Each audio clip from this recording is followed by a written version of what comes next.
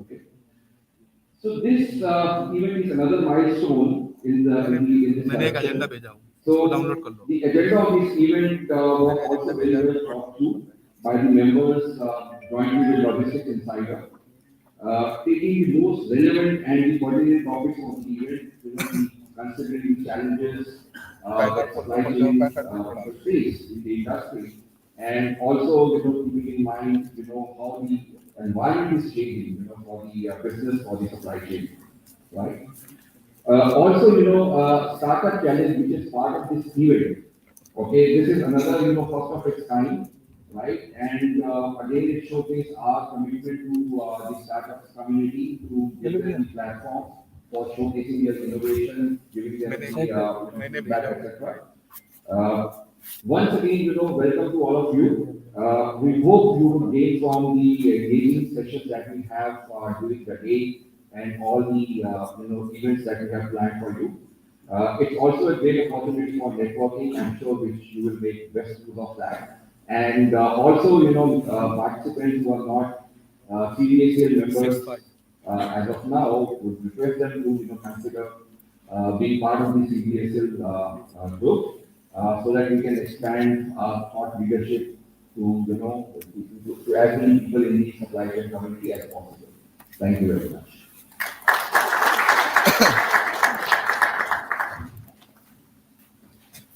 चालू मत करो। And चालू मत करो। now we have Mr. Parik to formally welcome everyone present here and those watching this live. Please give him a big round of applause, ladies and gentlemen. Hello everyone, I will keep this short since we already are today. Well, firstly, to sharing the stage with the Joint Secretary of Mr. Yashpal Sharma and Mr. Ashish Mehta. Ladies and gentlemen, I welcome each and every one of you present here virtually to the India Supply Chain Conference 2023. We are delighted to have you all here to share the latest developments and industry insights within the supply chain field. As we all know, the supply chain is a critical component of any business and it's important to stay up to date on the latest trends and best practices. Today's event will provide a platform for experts and industry leaders alike to share their knowledge and experience and opportunities to network and learn from one another. We have an exciting lineup of panel discussions to be joined by experts from different areas of expertise who will share their insights on topics ranging from logistics and transportation to technology and sustainability. We will discuss the challenges and opportunities that lie ahead for the industry and provide valuable insights on how to navigate the ever-evolving landscape of supply chain. I'm also excited for the supply chain challenge scheduled for you. I'm positive that this event will provide you with valuable insights and inspiration to take back to your own organizations. Thank you all for being here, and I look forward to a unique and enlightening event. Please enjoy the conference. Thank you. Thank you, Parik. Well, it is now time for the opening remarks. So I request Mr. Yashpal Sharma to please take the mic.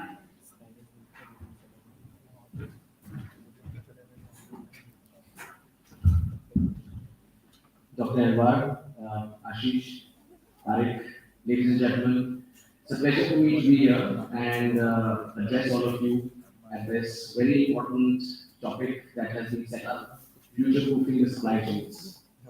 Well, last 3 years have been very interesting, full of uncertainties.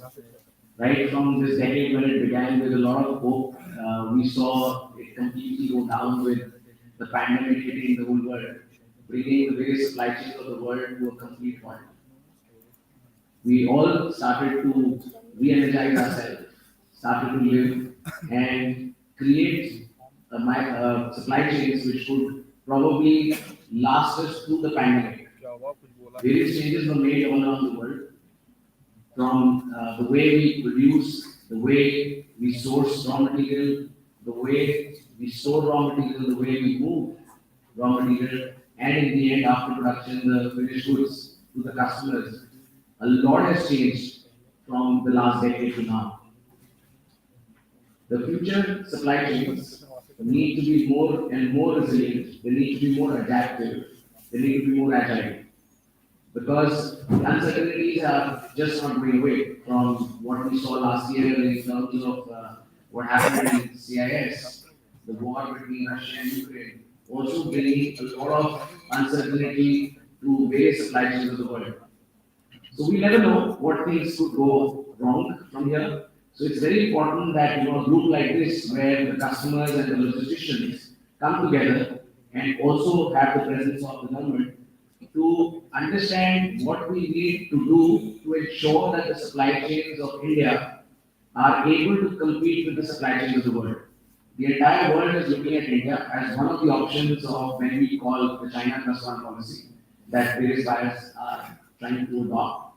But India will be a story which will win only when our supply chains win. Our supply chains need to compete with the supply chains of other manufacturing countries of the world so that we are able to get a decent share. While the government is doing a lot in terms of boosting manufacturing and also doing their bit in terms of the logistics infrastructure in the country, but it will all need to come together as one to make sure that we create an ecosystem which awes the different consumers of the world and they choose India to be their manufacturing hub. Let's all discuss today a few of these things. I'm sure the deliberations today by various panels will be very interesting. I wish you all a very, very knowledgeable session. Thank you very much.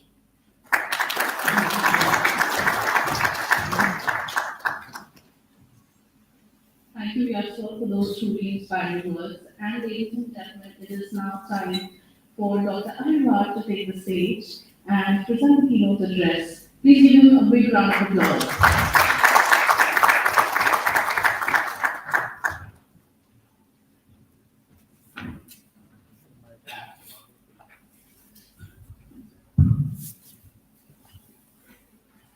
Very good morning to you all. Namaskar. And मेरे ख्याल से जय हिंद है आखिरी में बोलूँ तो अच्छा होगा. But anyways, जय Hind. It's really a pleasure to be among the leaders of the supply chain sector, and that too with a lot of vision, the visionary leaders, and all of them are insiders. Good to even understand that we all are insiders of the logistics sector and talking in-house with an open mind and open doors. And it's a real wonderful opportunity which we should make best use of. And at the outset, I would like to first congratulate the sponsors or the initiators of this, organizers of this conversation, which you're calling as ISCON or the first edition of ISCON. It sounds religious, but I think it is as business-like as well. So it's a good mix. I mean, of intellectualism, spirit, knowledge, and experience of the practitioners. Wonderful idea and good to have at a very appropriate time which we are passing through. And on a topic like future proofing the supply chains, absolutely relevant subject, or you can say flavor of the season. Every conversation today, whether in business or in social, domains, when we try to get into the brass tacks or to the brass tacks, it boils down to only talking about supply chains or chains, right? We have seen the times of crisis which has affected the world and entire humanity for that matter, and we are still passing through the crisis which is more man-made, right, than made to the man itself. So there's a Ukraine crisis we are passing through, and the experience that we have gained during our previous last two years, and the experiences which we are gaining from such geopolitical crisis as Ukraine, and just making us realize that to move forward as humanity, or to take forward business interests and sustain this activity on a long term and relatively longer term basis, I think we should be talking about the supply chain. And as experience goes, there have been a couple of realizations, very important realizations from the times of crisis, or while facing or going through the crisis. One is that there's a need to focus on supply chain as a whole, just not talking about supply chains or just mentioning supply chain and blaming it for every and any problem which we are facing in the business. But talking, through greater dissection and talking in detail, like we are going to do today. And if we look at the supply chain as a domain or as a phenomena, and dissect it from the purpose of, for its purpose as well as for its components, I think if I look at the purpose of supply chain is to ensure just-in-time delivery and maybe also just with a just cost, right? And now the added element is also to deliver or ensure delivery in situation like just in case, like the crisis situation we have. So this is another element which is added and which is challenging us to ensure a greater robustness in the supply chains and develop that endurance in the supply chains to overcome such crisis times which we have seen or we are going through. And if we further look at the more dynamic component or the components of the supply chain, there are two major components. One is the source of the goods, another is the point of consumption or points of consumption. And in between lies the chain of logistics. And this is such a component which is neither having a fixed locus or a fixed behavior. While the two ends can be called as having at least a fixed locus and to a great extent predictable also. But the chain component which we are generally dealing with or into, it's actually very unpredictable with no fixed locus and going through many times lots of uncertainties which need to be overcome through very innovative methods. Now, during last almost 1 year or maybe more than that, while we were going through the pandemic, we were of course grappling with the crisis and therefore thinking about the crisis management. But post that, when there was kind of a respite, we started thinking about reinforcing, strengthening, bringing more resilience in the supply chains.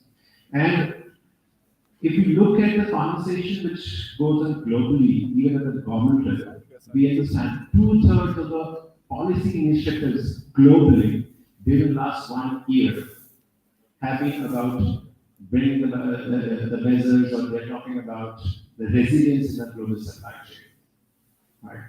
And probably India in that way is a leader. Probably we had kind of a premonition in 2018-19, and we started thinking about this resilience component and to set up such mechanism in the country through policy initiatives which can bring about the robustness in the global supply chain or the domestic supply chain. Because even the global supply chains start from the national supply chains or domestic supply chains. So it was way back in 2018, India also started thinking about doing something to the logistics sector, the most dynamic component of the supply chains. And the first resolution, which or the policy initiative or declaration, to say, in 2018-19 was made by taken by the government of India, and the declaration was one single line to have a focused approach and to ensure integrated development of the logistics sector. Now, this is a very loaded statement which includes both the components of the logistics sector, infrastructure as well as the services component or the processes component. And since then, we have been working on it, and for this working on this work, and to the same declaration, Government of India also created initial institutional arrangement in form of the logistics division which you hear about today. This was created in year 1718, and then this division, which was earlier created in Department of Commerce under the same ministry, and later shifted to Department of Industries, has been assigned with this task of bringing about the integrated development in the logistics sector through the measures which we can call as policy measures or the actions by the government. And incidentally, the logistics insider also already started around that time, right? So good to know that, and I feel like you guys are really insiders of the logistics sector. So we can be having this brainstorming on how can we go about to make it more robust. So that was in 2018, and then in 2021, we made the biggest announcement in form of PM Gati Shakti, PM Gati Shakti National Master Plan to be more precise. And in 2022, last year in September, we also came out with National Logistics Policy. Now, both these initiatives looks at the infrastructure component and the looks at the processes or the services component, and having a common thread, which we call as an approach or the whole of the government approach, which brings together the entire government. And when we say government, we also mean all the departments of government of India who have anything to do with the logistics sector, and also the state governments or the even union territories administration. They all are coming together under these two initiatives. And today we have, besides PM Gati Shakti institutional arrangement, going, all over the nation, like having central government institutions and the technology platform. It all also goes up to the states and duties. And similarly, while we had a national logistics policy notified in the year 2022 in September, the states also today have the state logistics policies. Most of the states today have either their own state logistics policy notified, or they are in process of notifying the state. Right? And they are also working on the digital components which are required for making the services more efficient in the logistics sector. So if we talk about PM Gati Shakti and how this is helping the logistics sector and its integrated development, I can tell you this is the global best practice today, and we are definitely a leader in the world in adopting such an approach, which is very technology enabled, which is enabling the government at any level and every level to take decision based on the data. Today, the decision about infrastructure projects or development projects is just not taken on subjective basis or the understanding of an individual, but basis the data, basis the suggestions or options generated by the technology enabled platform. And on this National Master Plan, many of you might be aware, we have the GIS coordinates of every infrastructure asset in the country, whether created on the ground or it is lying underground. And when I say underground infrastructure, it includes all pipelines related to the gas, the slurry, water supply, sewers, cables, OFC, or even the power cables, right? All the infrastructure like underground that's mapped to the GIS coordinate.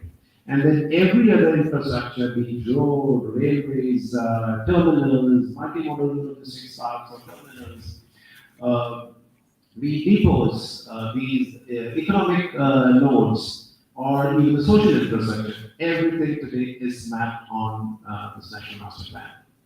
And besides this, the digital platform, which has an entire data set, there is also an institutional arrangement at the highest level, which we are calling as a power group of secretaries, headed by the cabinet secretary. It has 24 ministries represented by the principal secretaries, deliberating on this aspect and really taking policy decisions about infrastructure development. And below that, there's a critical level called network planning group. So the seven infrastructure ministries departments have come together, represented by their planning heads, right? And this group, evaluates every plan having a value or estimated cost of more than 500 crores, being proposed by any one infrastructure department.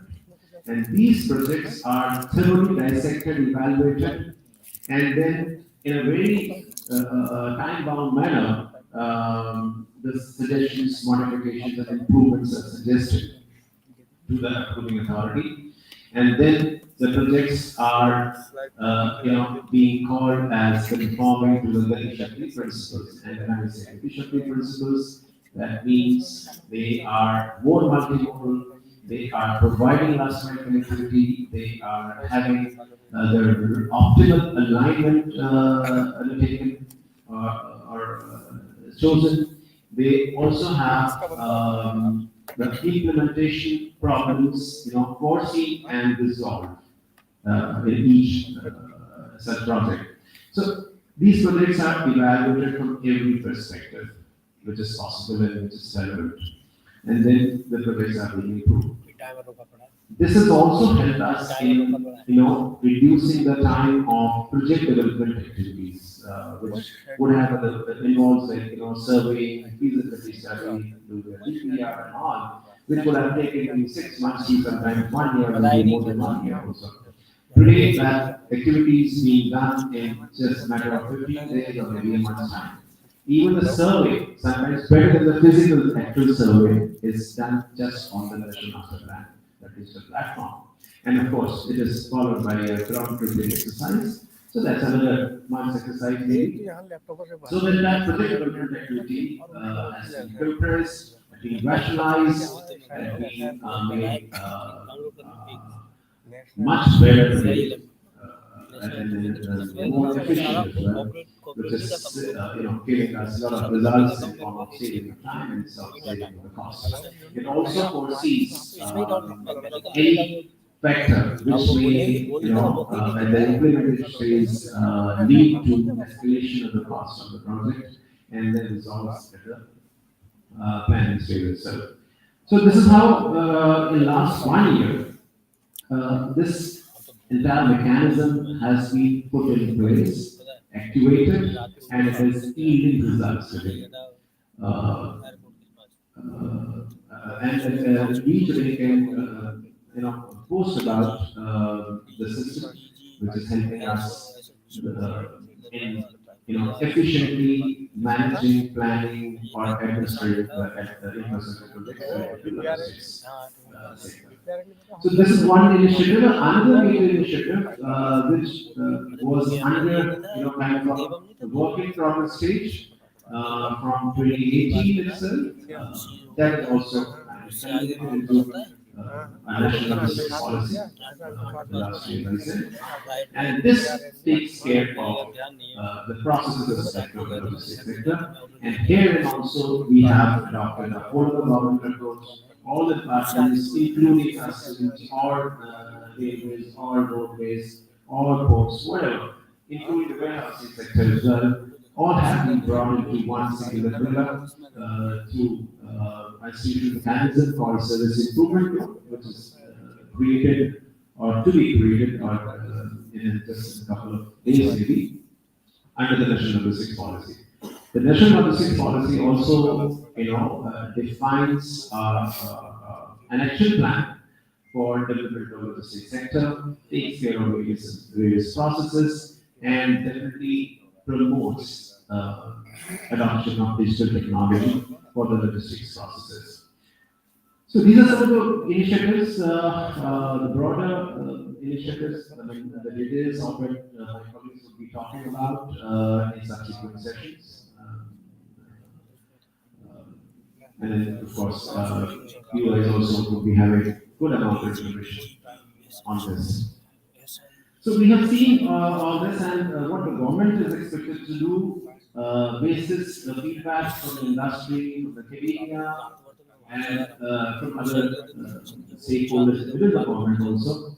We have been doing it, sincerely doing it, and hope that these initiatives would give a definite boost to the sector.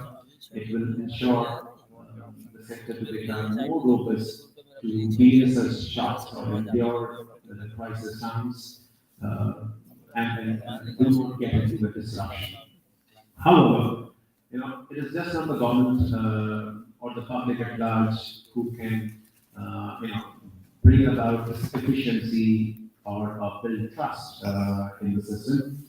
I think a larger role still is of the private sector. The larger role is still to be played by the leaders, as you all know, of the logistics sector. Right? And since, especially the services component, hugely lies in the private sector domain, and therefore scaling or reorienting that component of the logistics sector, I think what is the larger responsibility is on the private sector. So where you have been making demands earlier and we have been responding to it through various policy measures, today I want to appeal to the private sector and all the logistics service providers on either on the consumption side or on the supply side, right, to also adopt a reformist agenda. We have seen the bad times, the crisis times, where probably maybe the gentleman out here might have not indulged into that, but we have seen the animal side of the behavior. The freight rates have gone very high. There was no justification for increasing freight rate by 600%, and we keep blaming the foreign companies, but we cannot, exclude ourselves from that, and we cannot just, not share the blame as well, because we have been collaborating with those foreign agencies or the logistics service providers who have been indulging in such definitely irrational and unfair practices. Now, for this, as a consequence, we have seen it is not only that there's been an increase in the cost of logistics, there's not only been increase in the prices of the goods which have been, which have passed through the logistics system. But let me also tell you, we have lost the trust of the people at large in a big way. We have to be thinking about building or rebuilding that trust. And for rebuilding that trust, I don't think this market mechanism can be anyways driven by the government. This market can only be self-driven, self-regulated. And for that, I think the visionary leaders of the logistics community should sit together, have a brainstorming sessions rather, and think about what can be the reformist agenda we can have. And if I have to suggest some of it, I think we should be looking at or building trust on a higher priority than making more margins or looking at higher margins. Because higher margins may, fetch you quick, huge returns, but the loss at the relatively longer time is also very huge. And that is loss to the sector. Maybe an individual's gains, but loss to the sector, which will also reflect finally into the loss of individuals also. So I would just request you all to think about it and initiate some reformist agenda, adopt some principles, have some some value systems, some benchmarks, which can bring about some sanity in the market, which can, regulate this wider aspect of the market, which was manifest during the human crisis to the humanity that we have witnessed during the last 2 years. And with this appeal and the hope that we are going to have,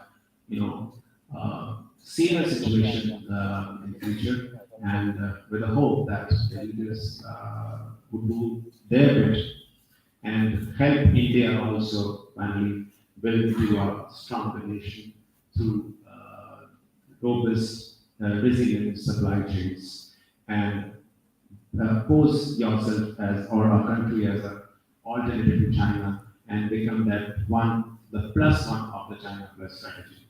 Thank you very much, and all the very best for success of this conference, this initiative.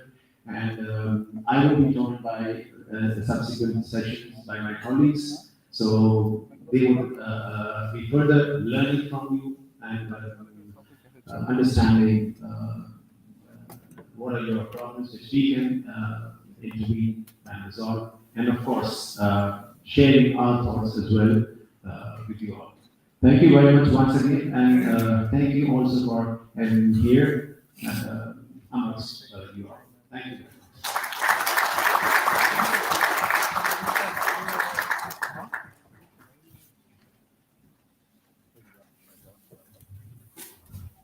Thank you so much, sir.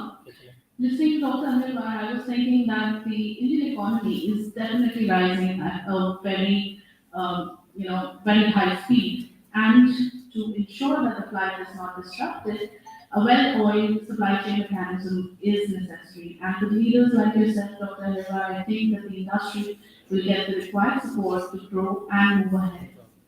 Now, as we end the inaugural session, it's time to honor our chief guest, and I request Mr. Harshit Srivastava, co-founder and CEO INTG, to come on stage, and Mr. Nandata to join him and felicitate Dr. Anil. Please give them a big round of applause, ladies and gentlemen. Mr. Harshit Srivastava, co-founder and CEO INTG, and Mr. Nandata.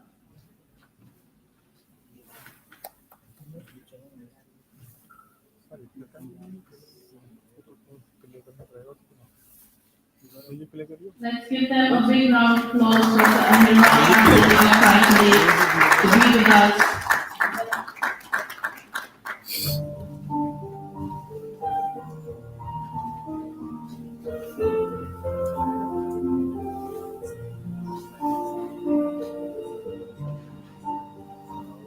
Thank you so much, gentlemen.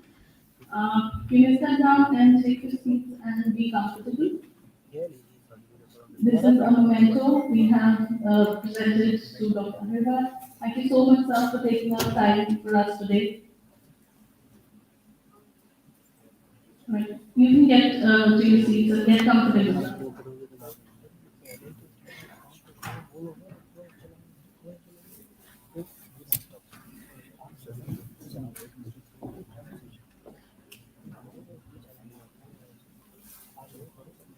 Alright, so moving on, the importance of supply chains was realized at a higher pedestal as COVID-19 took the world hostage and everything came to a screeching halt.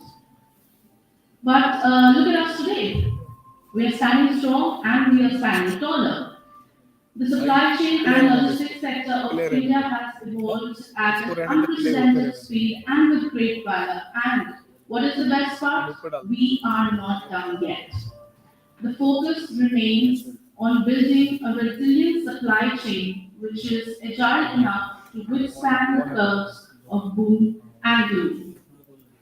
मुझे लगता है जैसे हमारी body में एक central nervous system का होना बहुत जरूरी है और उसका ढंग से फंक्शन करना भी बहुत जरूरी है, वैसे ही हमारे देश की होलिस्टिक डेवलपमेंट के लिए जरूरी है एक एफिशिएंट और रेजिलिएंट सप्लाई चेन नेटवर्क। हमारा ब्रेन हमें हेल्प करता है हमारे आसपास की चीजों के साथ इंटरैक्ट करने के लिए, आसपास के लोगों के साथ इंटरैक्ट करने के लिए, लेकिन अगर बैक स्टेज जाके देखा जाए तो हमारा ब्रेन पहले हमारे इंटरनल ऑर्गन से, हमारे इंटरनल सिस्टम से इंटरेक्ट करता है, और जितना कारगर हमारा इंटरनल कनेक्शन होगा उतना ही ज्यादा अच्छे से हम अपने आसपास के एनवायरनमेंट के साथ इंटरेक्ट कर पाएंगे। बिल्कुल उसी तरह जितना स्ट्रॉन्ग हमारा डोमेस्टिक लॉजिस्टिक सिस्टम और लॉजिस्टिक्स नेटवर्क होगा उतना ही कारगर हमारा इंटरेक्शन होगा बाकी की दुनिया के साथ। इंटरनेशनल सप्लाई चेन के साथ साथ हमें ये भी इंश्योर करना होगा कि हमारे टीयर 1 सिटीज, टीयर 2 और टीयर 3 टाउन्स के साथ एफिशिएंटली कनेक्टेड हो। As consumption patterns in India have gone through a sea of change, smaller towns and even rural areas are now increasingly indulging in a lifestyle that requires the region's logistics ecosystem to constantly stay on its toes. From Blinkit and Swiggy to Amazon and Myntra, from big established corporates to newly trending D2C brands, everyone is in demand when it comes to India's tier 2 and tier 3 cities. So, ladies and gentlemen, let's proceed to what you have been looking forward to. It's time for our first panel discussion, which will be woven around satiating the supply chain needs of tier 2 and tier 3 cities. I'd also like to inform everyone that the panel discussion will continue for 65 minutes, after which 10 minutes are allotted for questions and answers.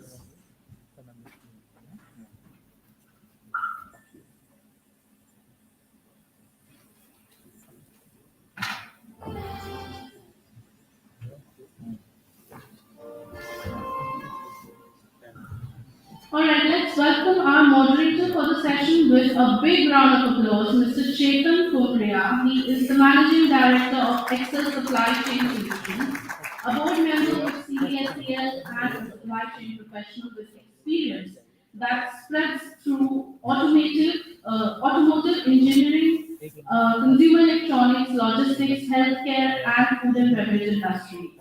Give him a big round of applause, ladies and gentlemen. And now that we have our moderator on stage, let's call upon our esteemed speakers. I request you to please keep the applause going as I announce the name. Mr. Ashish Pandey, Head Supply Chain South Asia Nestle. Mr. Pandey leads one of the most diverse and competitive supply chains in FMCG and has hands-on working experience in establishing upstream and downstream supply chain systems, processes, and KPIs.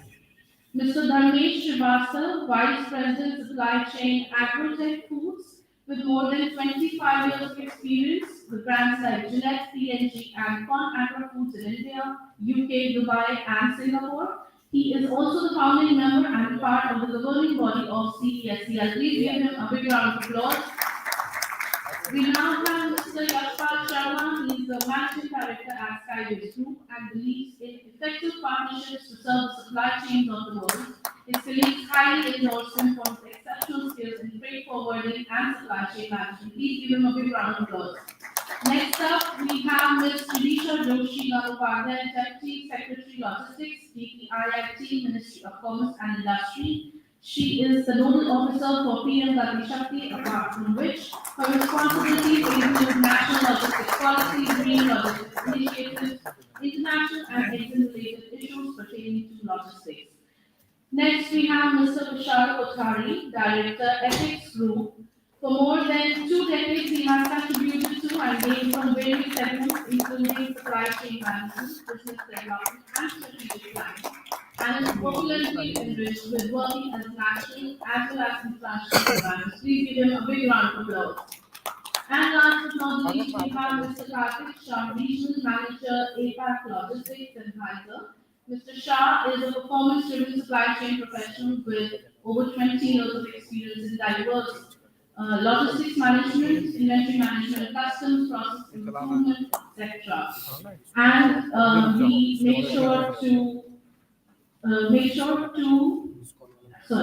ensures cost and lead time reduction in delivering business goals. Thank you so much, everyone. Please give them a round of applause. And Mr. Kumar, you have the lead now.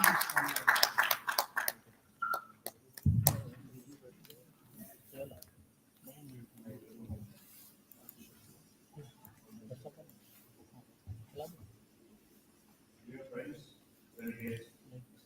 very good morning from all. I would like to thank CVSCL logistics designer, for inviting me to moderate this esteemed panel on this very interesting topic, which will strengthen the supply chain for the future of India in the rural areas, tier 2, tier 3.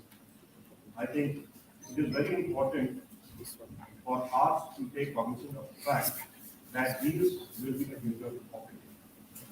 I would like to welcome all of our panel members, and I would like to, start the panel discussion.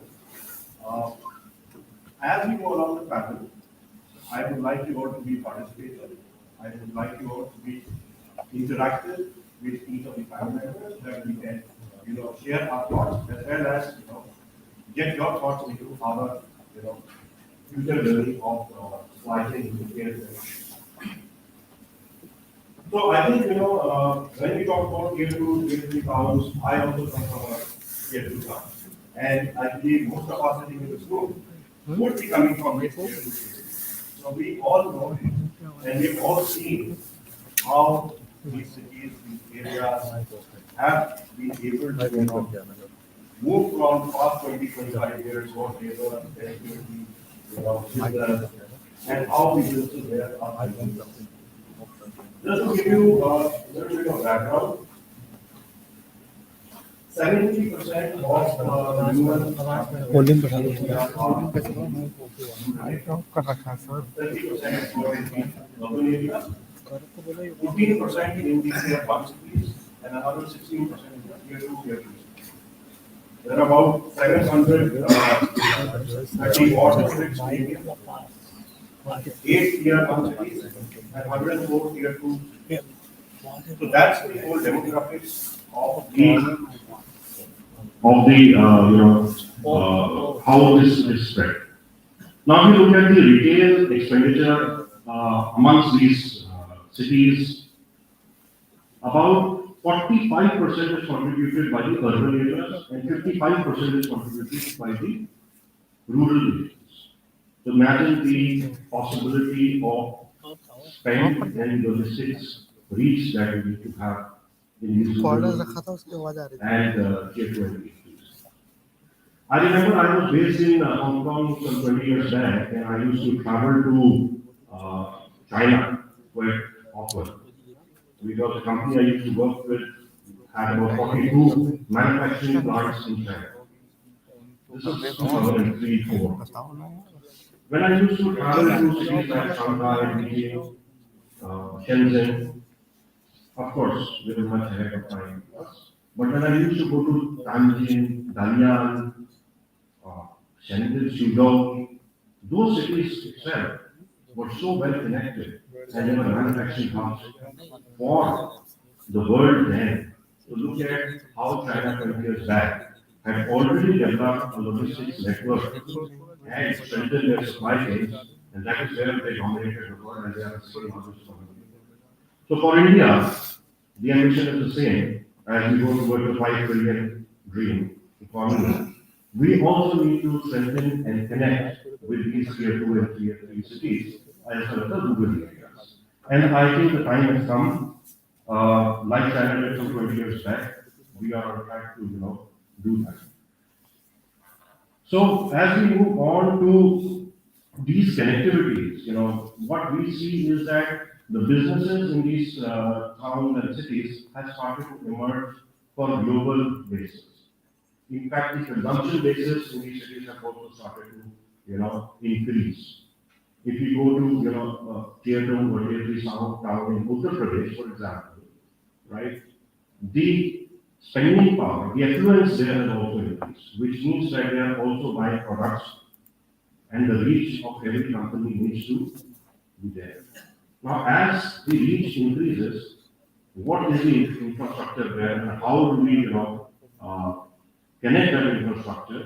I think this is what we will have to, deliberate and discuss in this panel, and I would like to, position my thoughts to all the esteemed panel members and take their views on few important questions that we can answer.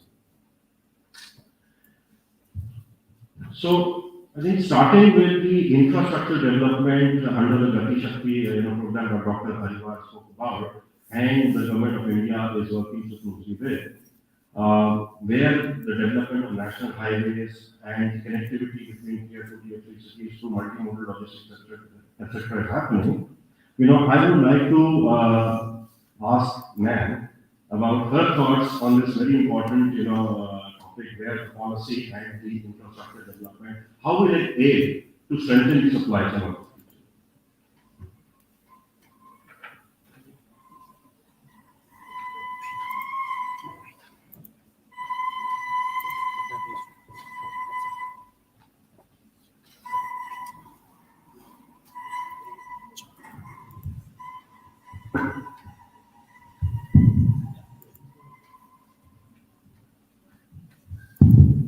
Very important, everyone. I was really hoping that Sam is giving such a wonderful introduction. I'll be the last to answer the question on the panel.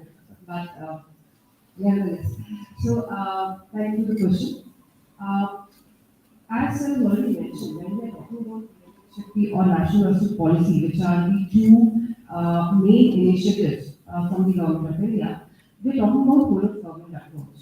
The idea is not to cater to the development of the supply chain or the infrastructure development in only the industrial area or the manufacturing hub or the bigger cities, but the idea is to have a seamless connectivity to each and every area so that we can discuss and what we keep saying that we have a very high logistic cost in our country.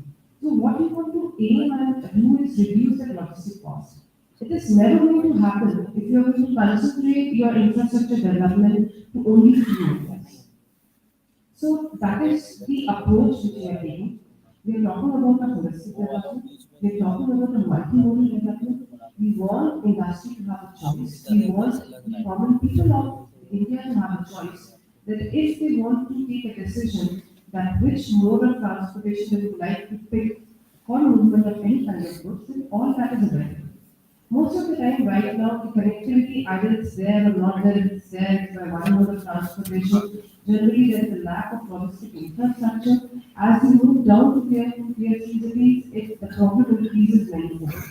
Most of the concentration of development has happened only around, the bigger cities or, for example, industrial hub or the industrial towns which have come up. But if you look at the spatial arrangement of let's say warehouses in the country, and if you look at the map of the country, you will find that they have been concentrating in few areas, and because of which there is a huge cost increase which has happened because they are not at most of the time situated where, for example, let's talk about agriculture and the temperature control warehouse. Most of the time, they complain that the availability of such warehouses is not where the production is actually happening, and then you lose a lot of your things in the movement of that particular vegetable, fruit, or whatever, even if you want to export them or for your internal consumption for that matter.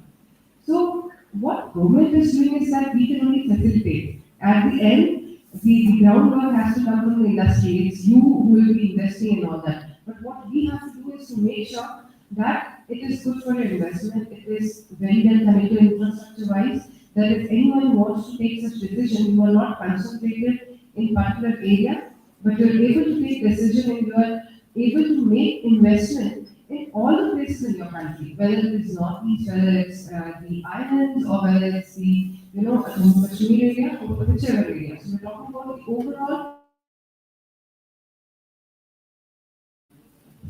Thank you so much. I think there are very interesting thoughts, and definitely would help the infrastructure strengthening in tier 3 and rural areas. Mr. Dharmesh, I would like to also ask you, because you have a vast network in this space, working with your company, how do you see this, infrastructure development? Yeah, so I come from the consumer goods industry and that to the foods industry. So our challenge is that we have to reach to we are target is that we should be able to reach to all 140 crore Indians. That's our target. Our product should be able to reach each and everywhere. The food industry, In the consumer goods, we want the product to reach fastest because the freshness of the product is very important. So I think that's our goal.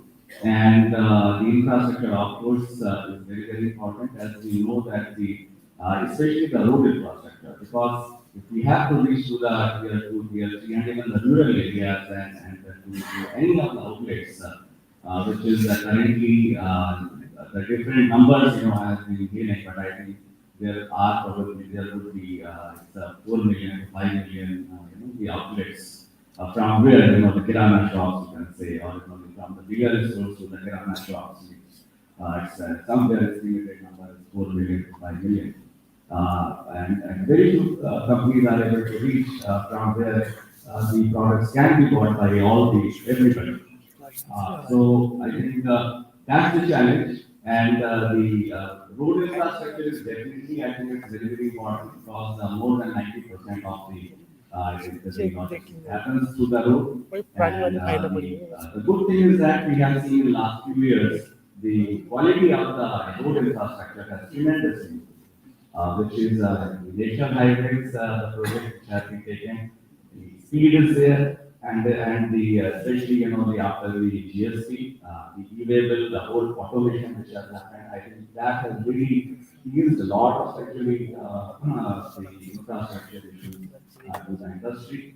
And our impact and our if we see the growth, I think the highest growth is coming actually from last 3 4 years. We are seeing is from the northeast and the Jammu and Kashmir. In fact, last 3 years we are seeing the highest growth is, these are the two growth engines. In fact, we are finding is for our industry, and that shows how important is that two things I think for the industry. One is the peace and tranquility has to be there, and the second is the infrastructure. If these two things are there, then definitely I think the progress for the country, it brings progress for the country, for the industry, for everybody.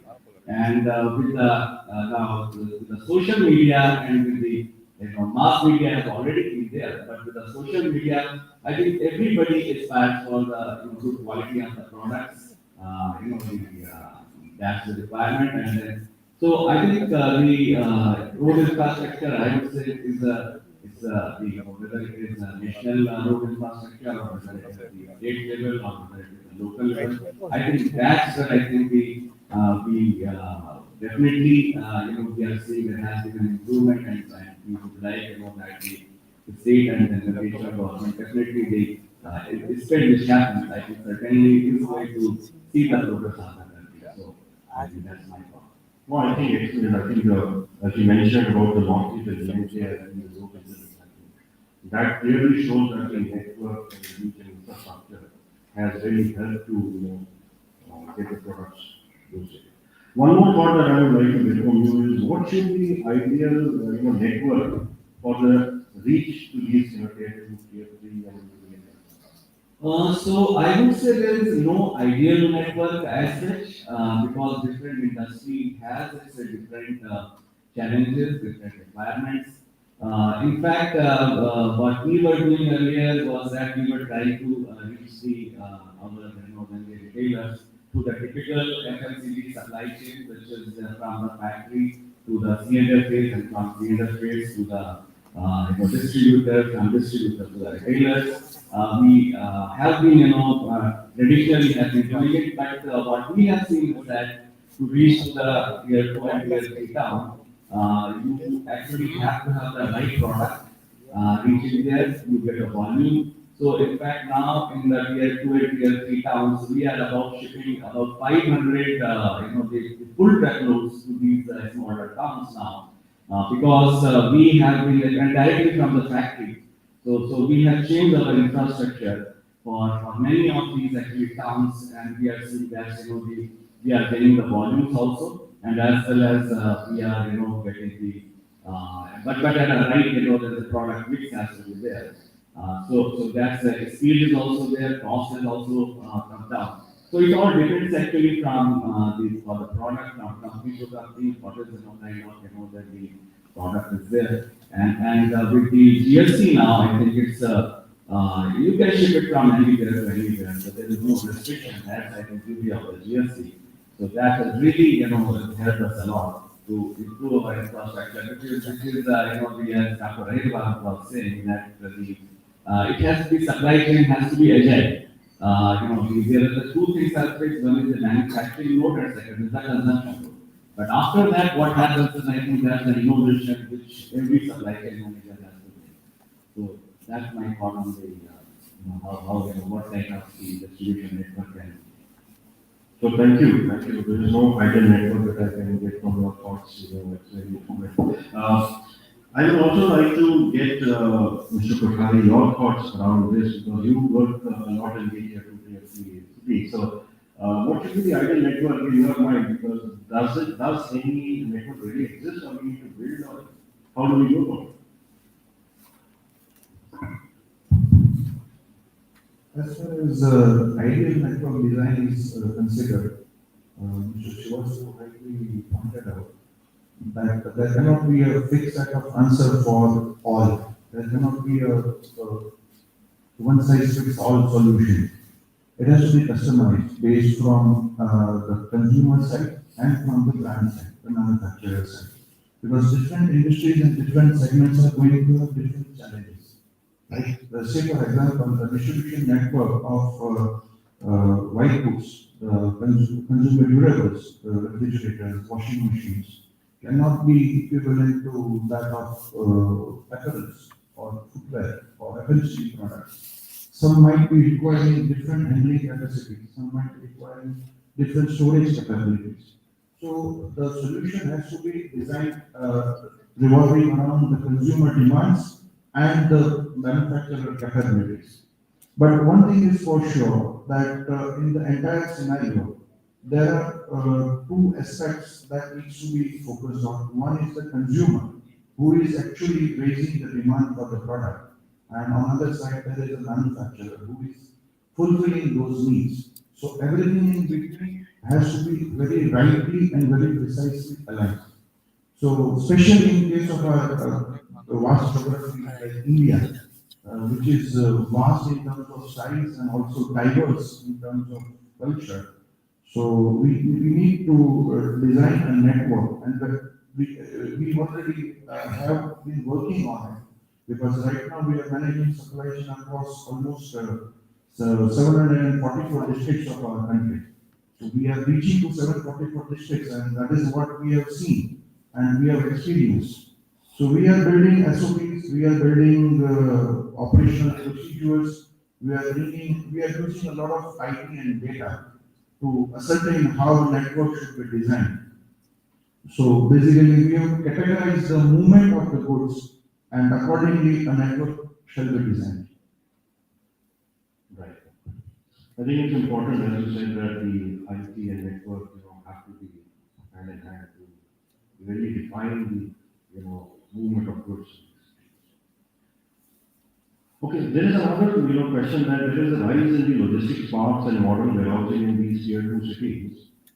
Now, how is it enabling the, reach and growth to these cities and supporting the infrastructure development? So, Ashish, can I, get your thoughts on this? Because tier 2 towns, we've seen these, whether it's Rajpura, Lucknow, or, other tier 2 cities, you see that, A-class, as you say, grade 1 warehouses come up.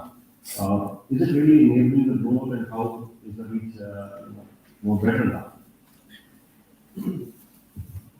So thank you for that question, and I think all of us have experienced this when the GST was implemented, and we had the opportunity as supply chain professionals to rehash our entire supply network. Before that, the supply network was done by various taxes and CSC and all that. So I think all of us have gone through a journey in which we have tried to optimize. I'll give you an example of Nestle. We are a FMCG company, and to be very honest, GST was always coming from last 10 years, right? So before 2017. So we always said we will see how it comes, and we did not invest much in our downstream supply chain. When GST came, we realized that the infrastructure that we were sitting with was not good enough, was not fit enough for future growth. if the ambition of the company was to go from $2 billion to $5 billion in the next 10 years, the infrastructure, the downstream supply chain capability was not good enough to support that. So then we started a journey. We had 38 distribution centers, and when we realized none of them would fit for future for the next 5 to 10 years, then we did our DNR, we did Ramosoft, and blah, blah, blah. We narrowed down to 24 points that we should have our distribution center for efficient route to customer. So we have to close down all 38, start 24 new. But they could be in similar cities, like Wuhan and Mumbai, and Guwahati, move to a better location. But when we started the exercise and we got in touch with all the 3PLs and developers, we realized that the challenge is huge because people had the development plan from these developers and 3PLs, as you rightly said, was in tier 1 cities. The moment I started going to Salem, and I started going to Guwahati, Silchar, and even Lucknow, and Jaipur, the infrastructure is not there. So then what do? Because we don't have logistics park. Then you have to get into bid to suit and bid to suit solutions are not very efficient because when doing only for you, there's no shared warehouse facility. So in last 5 years, I've seen the change. By talking to all these people, they realize that the potential in tier 2 and tier 3 cities is very high. If I look at ACB's data, there are 11 million outlets for FMCG products in the country. More than 6.5 billion of that are in tier 3, tier 4, and rural towns. So there's a huge opportunity, and most of the FMCG companies have a share of 20 to 30% in rural sales, but which is not direct, it is indirect. So, and we have seen during COVID that the resilience from these tier 3, tier 4 cities and rural population was much faster. We get back to our sales much faster post-COVID than the metros. So there's a huge potential. Now the issue is we have to put a business case. And the business case is not an incremental sale versus cost to serve in the infrastructure. The business case is what are we going to do in next 10 years? What is the opportunity? What is the potential? Do we have the right portfolio? Do we have the right portion size? Because if you go to small towns, the aspiration of a small kid to eat a Kit Kat is the same of a kid in Delhi to eat Kit Kat. Right? Now I have to make sure that I do not give him a portion size which is 50 bucks. Can I make a portion size of 10 bucks? It's the same quality. And then so on. Now that is a business case, and then how do I design the route to customers? So the tier 2, tier 3 cities has to see development, a lot of government initiatives that are coming in. I'm very hopeful that the WCC, the direct trade corridors, and other infrastructure which is coming up will directly help because once you have the access, the logistic infrastructure will develop. And we have to collaborate. So now what I'm trying to do is I'm trying to collaborate with developers and say, guys, I need to go to Guwahati, I need to go to Salem, I need to go to Raipur, build the infrastructure. Okay, and we'll go together. So once we have infrastructure and once we have a business case that there is a demand consumption, then we will put the two pieces together. So I think as supply chain professionals, we have to do both of things. To make sure that a good business case for us to grow a business, understand the aspiration of consumers, give them the right portfolio, right product, right price point, and build the customer, and it will follow. So as we all know in supply chain, we never have full visibility of how we will do it. We start and we find a way. I'm very sure we will find a way of it. And that's the way to go. So I'm very hopeful that in next 10 years, the growth will come from tier 3, tier 4, and rural India. The companies which will go there faster, the right proposition. Thank you so much. Very insightful to know about, what you're experiencing and your future plans are for these markets. I think I would like to, get thoughts on that, your thoughts around, you heard Mr. Ashish tell us that, there are aspirational consumers here. How is the government looking at these consumers and, what is the thought behind, reaching out to them? What is the government doing to create these consumers' aspirations to be met? Thank you so much.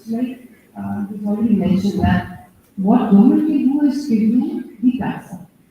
when we, as a local thing, what we can do is facilitate a good connectivity, a direct connectivity, and not just to, for example, Guwahati, but to every other, not just the capital or not the northeastern states, but also to the tier 2, tier 3 cities which are located there.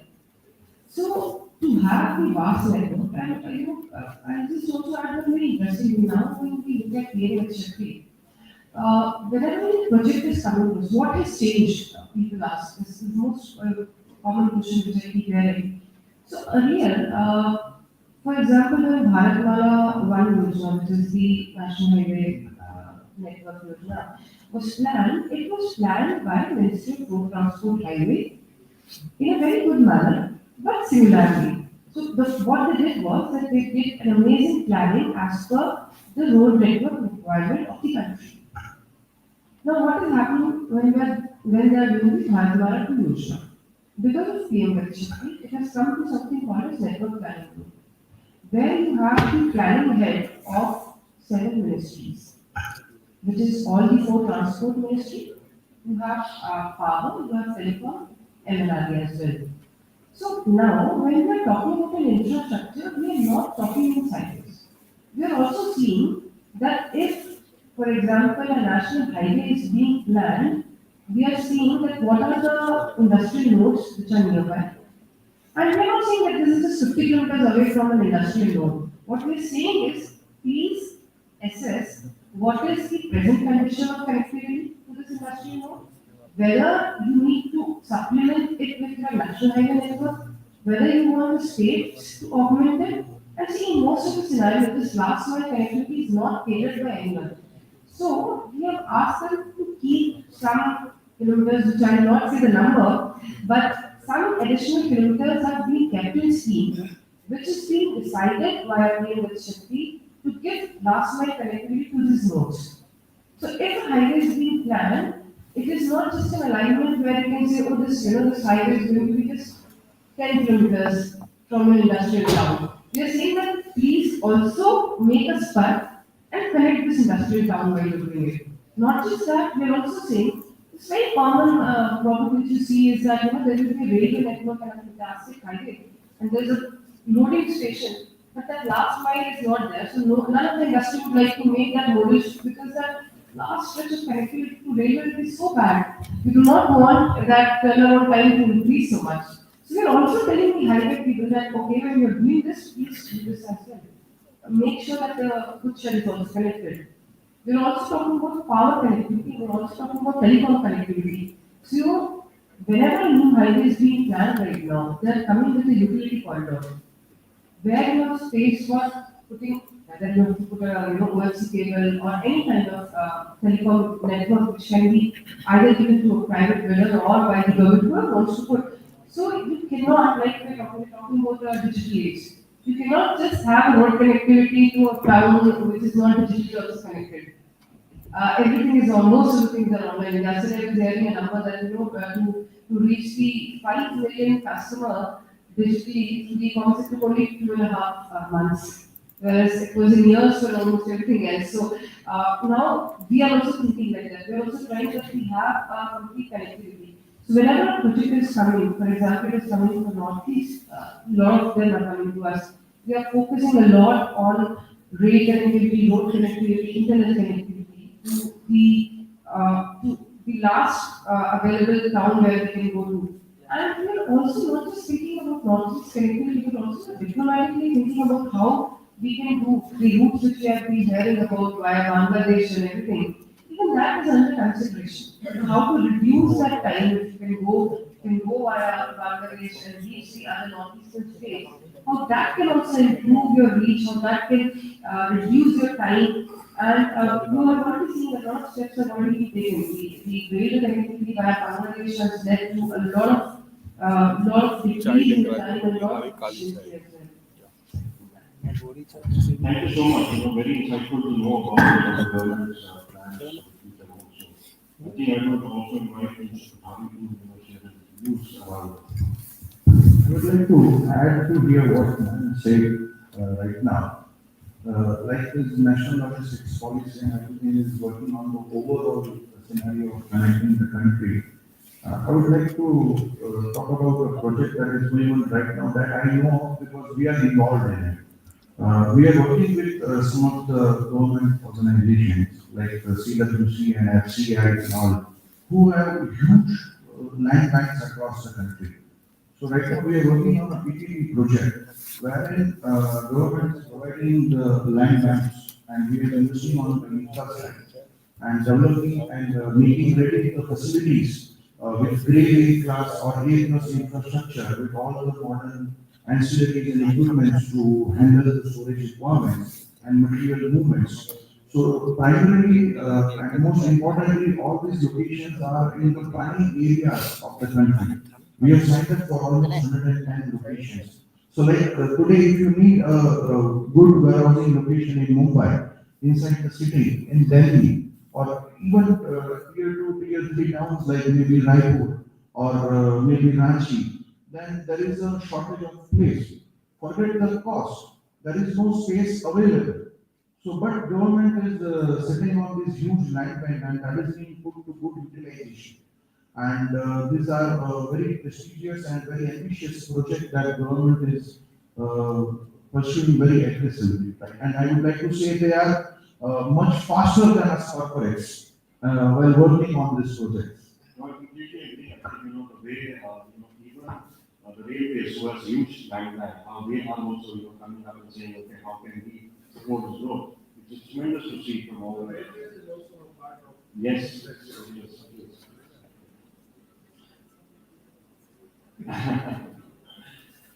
Okay, I think, this brings me to a very potential and very important question is that, if we all look at the tier 2, tier 3 rural areas, the network there is all very traditional, number one. Number two, it is fragmented. And number three, it is unorganized. And this is how it has been for decades now. So, Salem, is a manufacturing hub. Surat is a garment manufacturing hub. These are tier 2 cities, tier 3 cities. And then the people, the traders who are buying these, garments, for example, a sari which is produced in Surat and is sold in a rural area costs about 300 to 400 rupees per sari, right? It is produced at 80 to 150 rupees in Surat. Then it moves to tier 2, tier 3 cities which can be, like a Jhansi or Kanpur. There the traders are sitting there who sell it to the rural traders. Now, this all movement, I'm just taking an example of Hitachi, but all the products move by supply chain like this from tier 2 tier 3 city. And larger manufacturers being one, but there are those smaller manufacturers who we have not even heard of. The brands are not even known because they are no brand, they are just commodities selling these products, whether it's food and beverages, whether it's sarees, whether it's lighting equipment, etc. You can take any of the products, but they have the reach in these rural areas. Now, it's very, heartening to see that this network which is already there, and if you go to a transport number of any smaller city, you will find that transport number is confined. These traders come and get the goods or they pick up the goods from their shops, and then it is distributed to these cities. It's fragmented. There is I can name a few transporters like Munna Bhai Transporter, Shakti Transport, Sonu Transport. All these guys are operating there for decades now. Right? They do operate one truck or two trucks every day between two cities. And that's how the fragmented reach of these towns and cities is operated today. Going forward, when we are looking at the 70% population, which today consumes 55% of our retail, spends, tomorrow this will be about 60 to 70% of the total spend that they will be consuming. Do you think that this fragmented network of transporters, which are family driven, single owner, or non-tech oriented, right, will be able to support this kind of growth? Or bigger players, who are already operating, will come in and set up their networks. Because today, if you see the total $220 billion of spend on logistics, organized, if I see, put all together big names like CVSCL, Gati, TCI, Navel, etc. and all, hardly contribute to what, 1%? Not even 1% of the total spend, that is. The rest 99% spent is all controlled by these fragmented small players. So what is your position there? So there, I would like to get thoughts of Mr. Ishwal. How do you, see this huge challenge which stares us along with infrastructure development of warehousing, build to suit, or logistics parks, or government aiding the infrastructure development? How is this going to shape up? Well, very interesting thought, of course, and very important aspect of the business. When we spoke of Gati Shakti and we speak of the larger policies, what I just mentioned that a lot of the three transport modes, air, ocean, and rail, they connect point to point, but it is the trucking that actually connects the last mile on the first mile, and it's one of the most important aspects of the entire supply chain. And when we say that a lot of this is fragmented, of course, for years, that has been for decades, the transportation, the road transportation network in India has been highly, highly fragmented. We've had multiple, and the names that you just said, many, many more names, who will be very local, probably either operating intracity or intercity, maybe just connecting two cities with 1, 2, 4, 5 cars. But I also would tell you that they are very, very efficient. I mean, while there is a huge opportunity to bring in more efficiency, but I would also say that there is a very, very thorough optimization of their capacities by themselves. India works very differently to the Western world. A small solo transport in some part of the country will probably have a much better data, much better optimization of their trucks than probably the bigger things that we just mentioned. But is the opportunity there to consolidate this? Absolutely yes. Technology will help us do that. We've had a lot of companies coming in, create an organized network throughout the country, plug into the other means of transportation, and offer customers better visibility and a more timed delivery. So there is definitely a lot of opportunity for organized players to play a larger role and probably either acquire some of these smaller players, consolidate them, maybe do an aggregation of these available capacities, Uberize them. So aggregating those capacities so that there is an optimization of wherever that empty leg is. I mean, when we talk of logistics costs, I mean, logistics costs in India, as for me, is comparable to anywhere in the world. We are very, very tough negotiators. I'm sure the Nestle's of the world are very tough in when they negotiate, and the pricing actually sits very, very competitive to anywhere in the world in all these transportation. The only area where there is probably an issue is the idling cost of stocks. And a lot of these road networks would help us in optimizing that.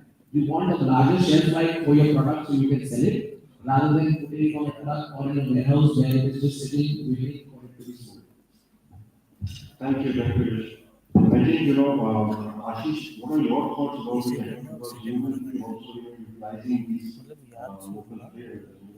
How do you see the future going forward? I think from my perspective, there is some level of consolidation will happen. Some level of standardization will happen. The requirements that companies have, the more and more demand that we have for safety, quality, reliability, telematics, will make sure that the organized players come in and, but the solo transporters and all will coexist. And when modern trade format came to India in 2004, 2005, we all said this will take, Indian trade by storm, and maybe 50% of our sales will move to modern trade. When e-com emerged, and to go, they said e-com is going to be, going to take over, and the moment of store still has relevance in the country. It will continue to have those relevance. So out of the 11 million outlets that I was talking about, modern trade outlets, if I put all of them together, is less than 50,000. So these are the mom and pop stores, and they will continue. Similarly, the transport, the organized transport share will increase, right? Consolidation will happen, big players will come in and invest, but the small transporters will remain, And we are very relevant also because uh, the big guys will come and look at meeting lanes, like, your Mumbai Delhi is the first priority, right? But priority from Guwahati to Silchar is not there. Who's going to come up there? So the regional players, the small players will remain, and the objective for us is to tap them, get them relevant, build a little bit of their standards and capabilities so we can use them. We actually cannot use them because when the truck is not fitted up, it's not standardized. Right? The safety of the driver, training of the driver, and so on and so forth. So there, then it becomes a logo. So then you need to unlock that. If I unlock that, I personally believe we can reduce a lot of transport costs. So these guys are efficient. They're not going to work with inefficiency. So they will put maybe the organized service industry will increase, but by and large, the footprint will change. I agree. I think, these are some people who are there who can run these business for decades. They know the local areas, they know the dynamics there. The only thing, as you rightly mentioned, is that, it's about standardization, safety, trainings that will help them, to overcome these challenges. I think. So that's the future. We also have a little bit about the use of tech in these areas. Technology will be something which will be, in the next decade or so, helping these fragmented distribution network as well as the transporters, etc. So, Karthik, what are your thoughts around this technology? How will it shape up the, tier two, tier three, as well as rural supply chain, and how will it help to strengthen the supply chain? So basically, I will take the example of what facilitated as a government doing over the period of time. Earlier, you know that when the biggest comes in constructed, you find that road is being constructed, but it's waiting for authority and approvals from the Ministry of Railway. But as one rightly saying, that over the period of time, ministry connected together, either it's man to man or through technology. CVSCL set the example right for the private sector and corporates to come together. Another thing which created the demand and awareness in the mind of people is this e-commerce service. The way they showcase that there is a possibility to deliver the goods in 4 hours, in 24 hours, or 48 hours, and they deliver. So there are technologies available with the help of AI, blockchain, machine learning. What is required here as a user, I feel, is connecting the dots.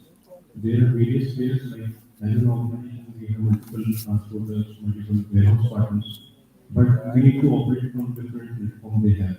There is no common platform for a corporate to look at how the view is in terms of distribution, in terms of warehousing.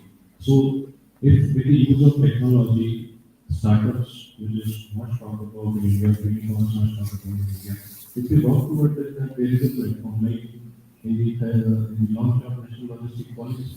I was going to the conference where the government came up with a platform where multiple entities can come together, work on that platform, and corporates can take use of that one platform to go into multiple places. Same way private players comes in and help to build that development with the help of digital. We can use that to reduce not only time, improve the efficiency and larger amount of the cost of assistance. Very good. Very, very good. Technology is going to be very, very, because you wanted to also, discuss technology, you are utilizing it in some of the other means. Yes, we use a lot of IT and a lot of tech developments.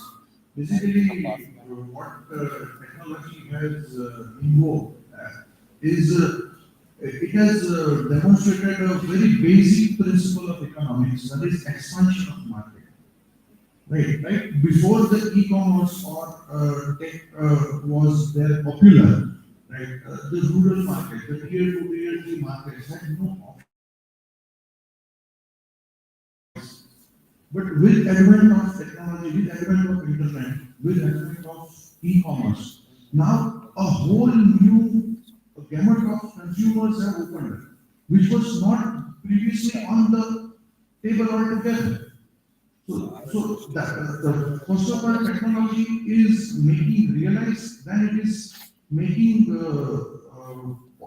connections possible, like the usage of technology, like the way we were talking about the fragmented transporters, right?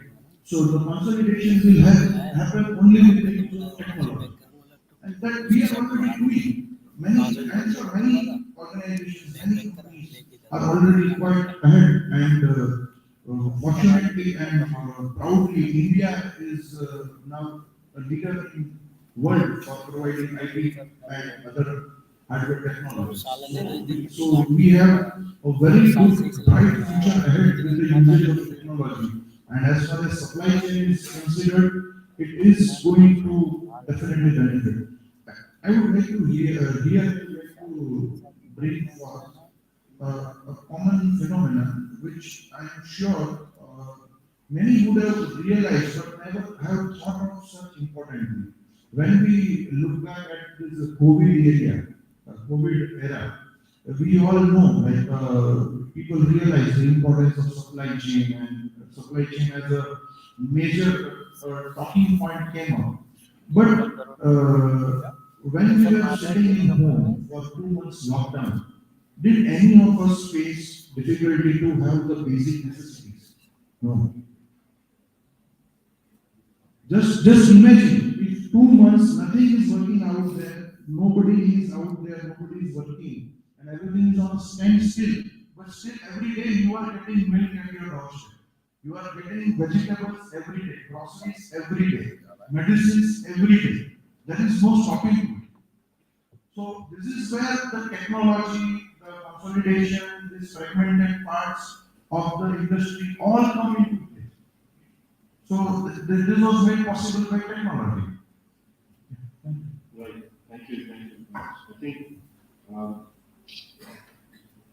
actually you touched upon a very important point, which is the generated versus the modern trade and e-commerce. Now, in the tier one cities or metro cities, say, 12, 14 that we have, there is a very pertinent open channel as we call it, which is there for two services. With the emergence of modern trade and e-commerce now reaching tier two cities, at least not tier three, how do you see the supply chain shaping up, general trade versus e-commerce and modern trade in your source areas? Because that's not shape the future also in these smaller areas. So in my view, for the grocery trade, the supply chain network that we designed is very, very interesting to the government. Like, I believe that this is the best way to reach the customer. This is the most efficient, size, location, and all that. But when it comes to e-commerce and modern trade and when they evolve, you have to do a joint collaboration because they have their own plans. Like if you look at Reliance, the number of sectors that they're talking about is huge. They have only 200, now they're talking 2,000 fulfillment centers. Now I cannot have a supply chain which is running, which is disconnected to the supply chain of such a service provider. So I think we have to start working together. We have to start mapping that what these players are doing. Okay? And then we have to decide and we have to pivot our supply chain and align with it. We have to work together, not only in logistics, warehousing, but also planning, fulfillment, portfolio, everything. So I see that from a company specific inside view of working will change to a collaborative view where they will work with these partners and work with their interest in business management. Otherwise, it will be very useful. This is a shift that I see. That today we decide what we want to do for profit. We will not do that in the future. We will say, okay, what is best for this service provider, this business model, and what can we do? Yeah. Ramesh, I think, from your perspective also it's very important because we both work in the same FMCG, F&B space, and that is the most, product which has to be reached to these areas. I think, how do you see the differentiation between the e-commerce, modern trade versus the general trade in the future years as this is? Yeah, so as Ashik said, the consumer has an now choice to order or get the material from any of these channels, whether it is the mom and pop shop, or whether orders on e-commerce, or whether goes to the nearby, the big store it goes. So it's like, consumer is now has many choices. And of course, those choices are available in the mostly in the A-town, tier 1 town. But when it comes to the tier 2, yes, tier 2 also, we are seeing that, there is a quite big emergence of the modern trade and as well as the e-commerce. So very well, I think, I'll say now, to the tier 2 towns that we have established. Though, there has been, the recently, there have a lot of, mergers and acquisitions in both, the e-commerce and as well as modern retail. That has brought some, the discussion to the whole, actually, this the equilibrium which was, set up, but I'm sure very soon that will be there. But I think infrastructure and, then the choices are definitely available till tier 2 town. Tier 3 is still, I think, it is emerging, the e-commerce as well as, the modern retail, because, it's a lot of investment is there, and this investment will come slowly. But we have to be as the producers and as the manufacturers, we have to have all the options open, and as I said, our supply chain, we have to constantly, I think we have to keep on scanning the environment and see what is the right structure for the for our the supply chain. But yes, I think the mom and pop shops, those are going to be there because that's in India, I don't think that's going to be going over because it gives a lot of convenience to a lot of people. So it's basically it's a mix of all these channels which is there, and then as a producers we should be continuously evaluating what is the best mix of it, and then where should be our infrastructure should be located, and how efficiently we can service to all these channels or four channels, whatever the channels are. It's going to be very interesting time actually. For me. So I think as a producer and manufacturer of these goods, you definitely do not operate this supply chain yourself. You outsource the network and stuff. So what is the ask from these service providers who work with you as business partners to strengthen the teams in this area? What do you think is required for the next 5 years, 10 years? I think the requirement is definitely the one is that the speed of delivery, that is one.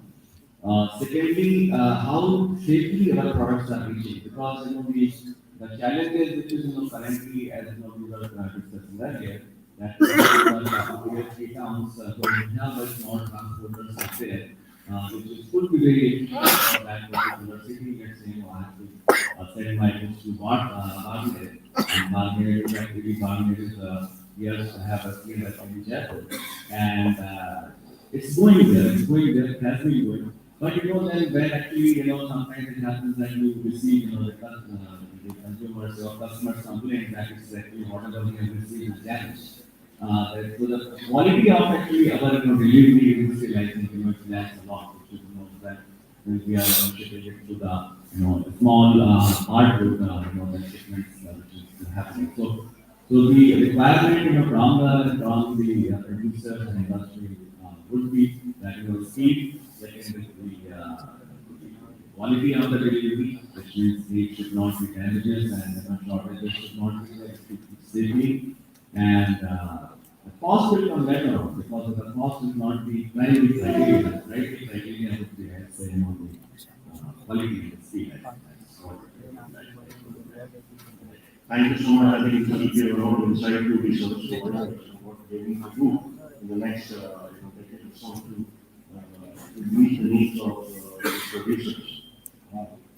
I think there is one more thing which the government is doing, which is, I believe, the multi-modal transport and investment which is coming up. There is a lot of rail and sea connectivity that is being worked out. The other is that we see a lot of airports getting opened in tier 2 and tier 3. I think that's something which our Honorable Prime Minister is driving himself, that is because he's there to open every airport himself. Right, so I think, with this air connectivity and multimodal connectivity, how do you see this, merging and connecting these tier two and tier three cities? And will it aid the, and fuel the growth of these? So, it's not just the airports which are coming up, but now we are also thinking about helipads. And how we can have helipads and in farthest of the corner. And to give you an example, you have a lot of industrial setups. If you talk about steel industry, Kanchi, Kalina, this is where you go. And the nearest airport, you have Bhubaneswar or airstrip at Qatar. And if you want to have this, movement from one place to another, people who got quick visits and all, then air connectivity is something which is pertinent to it. So, government is not just thinking about opening airports, but we are also visualizing how many more helipads can be formed, which can be, during normal time can be used for the movement of people, but also during the disaster time can be used for the efforts. Whether it's, and it is very, very important in northeastern areas where you have the climate condition or the topography is as such that helipads are actually there for the last mile connectivity. Another interesting is the roadway connectivity, which is also being envisaged in the country. It was one of the, when last year the budget announcement was done, talked about the 7 engines of growth, and roadway was also one of them.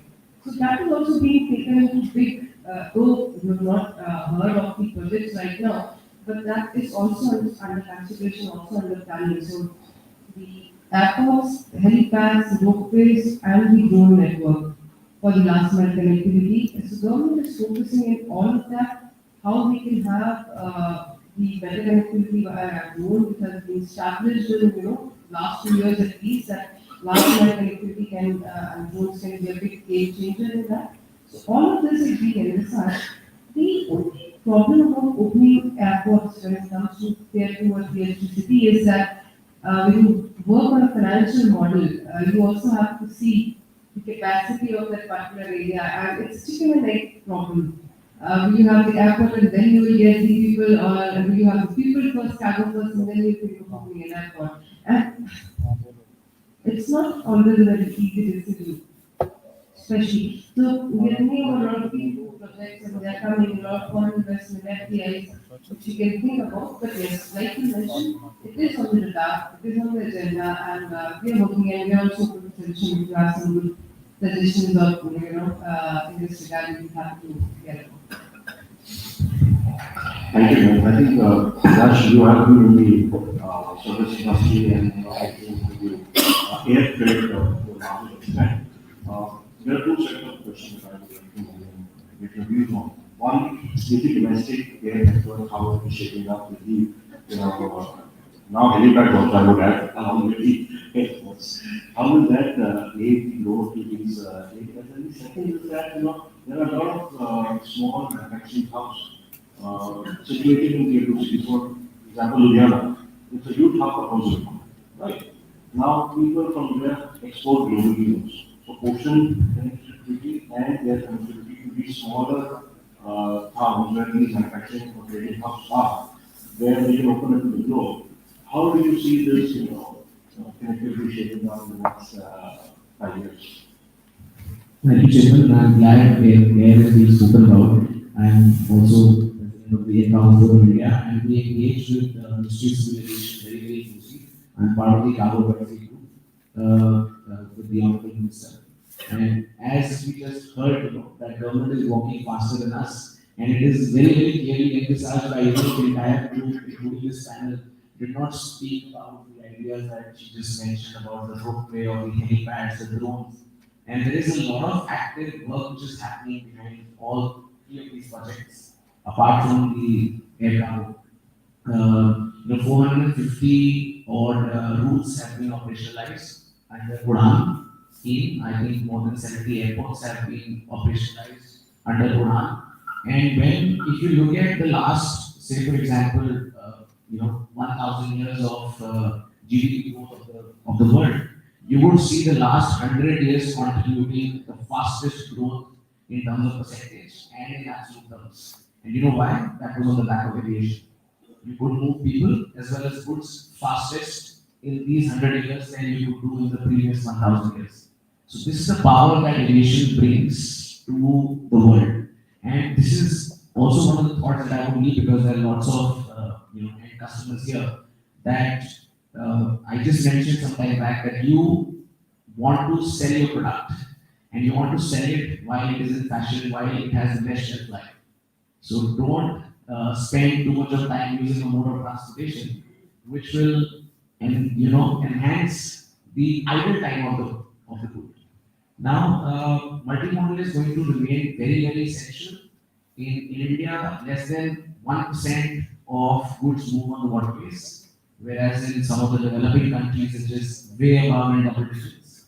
And India does have a lot of effective riverbeds where government is working on those projects as well. The intermodal or multimodal connectivity will be an absolute game changer for the industry. For a consumer, for a manufacturer, it is very important to have the best means of transportation for their goods. We just heard Ramesh talk about the quality of delivery as well as speed. So the third element, which is cost, is also extremely important. And you need to have a mix of all means of transportation to be used to cater to each and every product. So air cargo will remain very, very prominent. There is a lot of investment which is going in from the government. The government also will release subsidies in the form of Krishi Maan, under the Krishi Maan for the some of the fruits and vegetables routes. There is subsidy available. Not a lot of customers are taking it, so I really prompt customers to make use of something under that scheme. And we are also proposing to the government also to bring in more. When you say chicken and egg, ma'am, it is chicken and egg for the supply chains of India to become more competitive. We need support from the government to support in terms of creation of these infrastructures, and also support some of the airlines and other stakeholders. While the scale sets in, we need support from the government to build that infrastructure and be able to make it cost competitive. The private sector will definitely work with you and support the supply chain of India. Very interesting, I think, and I see this, the whole discussion being so positive, and I'd like to thank each one of you for sharing your thoughts around this. Before we wrap up, I think, I would like to open the floor for quick questions. I know there are a lot of questions. One hand, two hands, okay, there are all three hands. So we have a lot of questions coming up. I think it would be great if we can have it more interactive and, not a question answer. You will share your thoughts also, and we can do it. So please can you pass on the mic? Good afternoon, ma'am. Ma'am, I just wanted to ask, like, the PM Gati Shakti National Master Plan, is it open for the government only, or will it be open for private sector? Because most of the multimodal logistics park will be developed on PPP mode. Will they help, will anyone can help, lobby to the private players, National Master Plan? See, it has been just 1 year right now for the development, and at this moment, it is not open to private players, it is open to government and PSUs.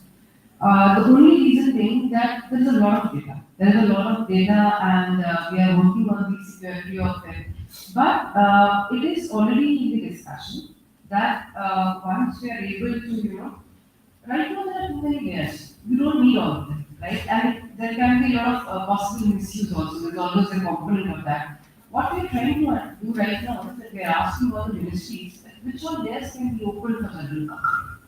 Once that is done, and once we are, ready with our security setup, the idea is that you will have some kind of access to it, not the complete access, because you don't need to know the revenue map of a country, right? You don't need to know that. But yes, you need to know about other things. You want to understand what is connectivity. You would like to get the idea which should be the preferred location and things like that without asking any other department or ministry about it. So you will have some amount of access, but at this moment it is difficult for me to tell you a timeline about that. Thank you, ma'am.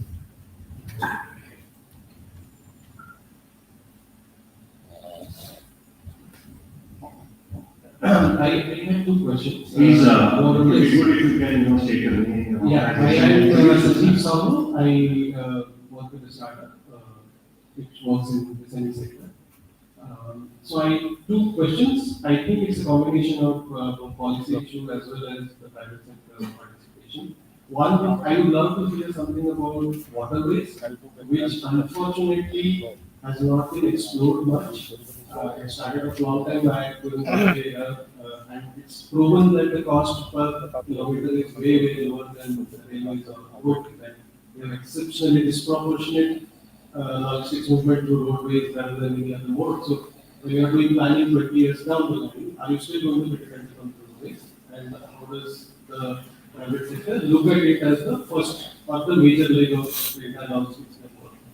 My second question is kind of a thought which came out on the consolidation of the last mile players, which is the electric vehicles, or not just it does not reduces the cost no doubt, but there is a capex element which the smaller players will not be able to do.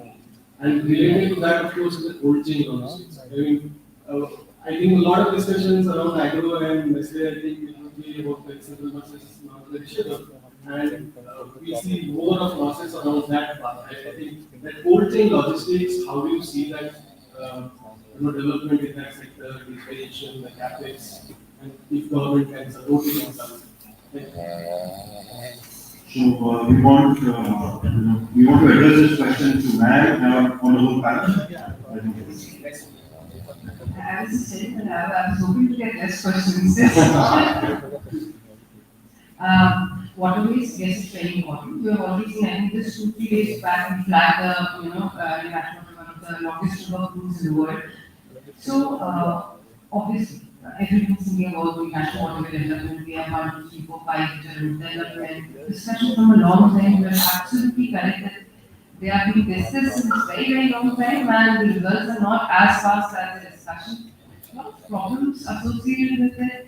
The movement, the development of jetties, or the rivers which are crossing through heavily populated city. The planning of the terminals there itself was not a very easy task. Also, the depth of the river. If you have perennial river, that's a different thing. If you have seasonal river, it becomes a problem. But most of the national waterways which have already been identified are undergoing development right now. And IWA, is drastically moving very fast in that direction. In fact, I say that in past year, there have a lot of terminals being opened, or a lot of services which are being opened. And again, from my perspective, from where I'm sitting in logistics, we are also looking at that. So when we are discussing projects, we also involve someone from IWS. When we invite them to support and shipping, that person also come. And we also discussed with him that if there is a possibility, if he needs a connection of road to a terminal, for example, if it is not existing, because that was another major area. When in northeastern states, we wanted to develop the terminal, the issue which was coming was that the present connectivity from the road, from the major road, was very different. It was passing through a very populated area, for example. So we are also trying to work around those areas, but hopefully I am also hopeful that things will move faster. Coaching, I think, or do you want to know the policy thing on this? So, again, the problem in warehousing, and everyone has mentioned that it's very fragmented. You have CWC, you have states, different warehouse, different standard, no fixed rules that you have to follow, nothing like that. Even for us, it was difficult to sort of consolidate everything under one because as a government, you cannot have a high-handedness to it either. If you try to make rules for everyone, there is a problem that you're restricting the business in some manner.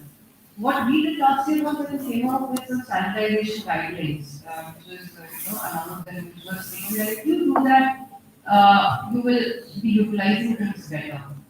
We are also cold chain logistics we talk about. It's very important because, especially during COVID, it was realized that whether it's the cold chain warehouse or the refrigerated container, everything was in shortage, led to a lot of spoiling of goods, lot of inefficiency. Again, an area where government is working with that is again, we are also expecting the industry to do this. What kind of like unique from us in policy would be very difficult in us.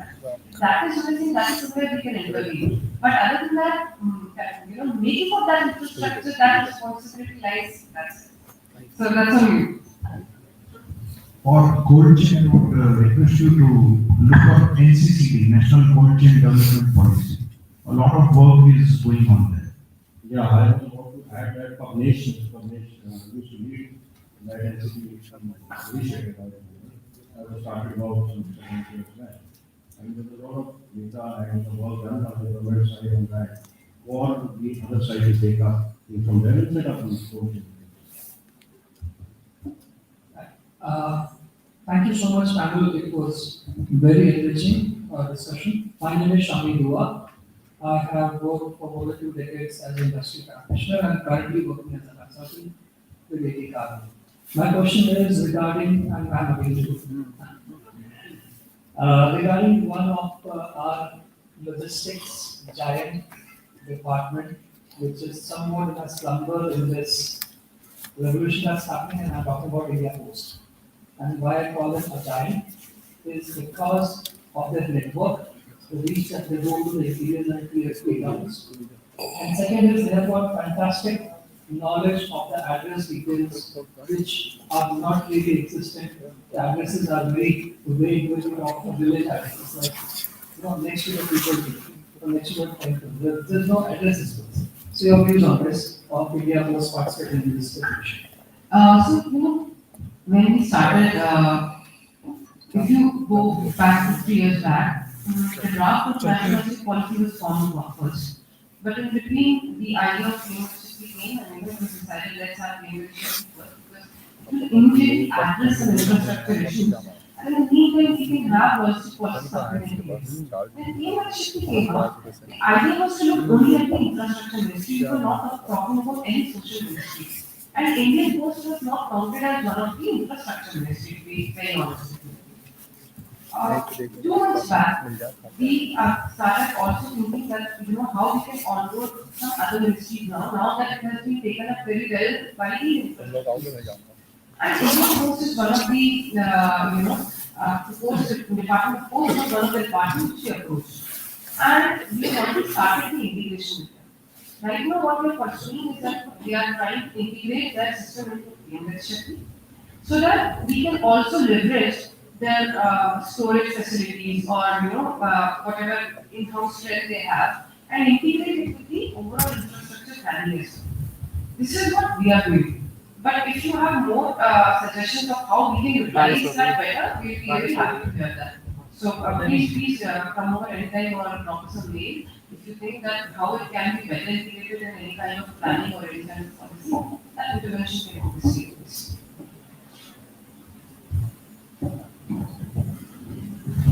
Hello, my name is Nabil Gupta. I'm from the JK Tires. Hi Karthik. Hi. Okay, this is addressed to ma'am. Not a question, but you asked for a suggestion that that cargo or people first or the infrastructure first. And my point on this is that as a government should not think about the ROI. Government should think about the impact. So that's my suggestion on it. I mean, it's not always ROI. No, absolutely, you're very correct. I'll give you an example. Very recently, what we did was we did a whole audit for all the ports in the country. And when we're talking about ports, I'm not talking about the 12 most major ports. I'm talking about the 87 operational ports, including the one in the Andamans, and 250 plus major, non-major operational, non-operational ports of the country. And what we did was that we saw where is the last mile connectivity available, where it is not available.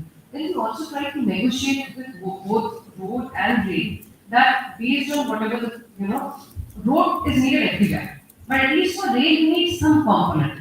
But even then, we sort of negotiated and asked them that for few ports to develop until unless few things are made there, last mile connectivity things are done, it will not happen.